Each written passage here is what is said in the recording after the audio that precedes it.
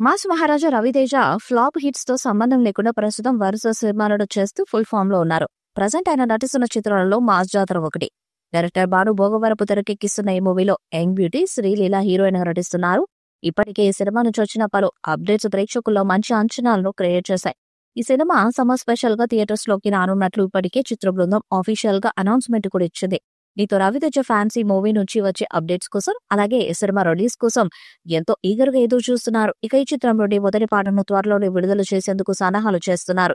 ఈ పాటకు beans Ceciroleo super సంగీతాన్ని ఇచ్చినట్టు సమాచారం. ఇప్పటికే పాటల కాంపోజిషన్ పూర్తయిందంట. త్వరలోనే ఈ ఫస్ట్ సాంగ్ ని రిలీజ్ చేస్తారని తెలుస్తుంది. ప్రజెంట్ చిత్రీకరణ శరవేగంగా జరుపుకుంటున్న ఈ మూవీ షూటింగ్ ఇప్పటి వరకు 75% మాత్రమే కంప్లీట్ అయినట్టు తెలుస్తుంది. మే నెలాఖరు నాటికి ఈ షూటింగ్ పార్ట్ పూర్తి చేయాలని మేకర్స్ చూస్తున్నారట.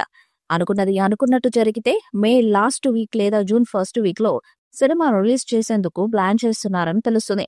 తన ప్రతిష్టాత్మక 75వ సినిమాకి రచయిత, దర్శకుడు బాను భోగవరపు దర్శకత్వాన్ని వహిస్తున్నారు. మాస్ జాతర అనే టైటిల్ కి తగ్గట్టుగానే ఈ సినిమా థియేటర్లో మాస్ జాతరను తలపిస్తుందని నిర్మాతలు కూడా నమ్మకాన్ని వ్యక్తం చేస్తున్నారు.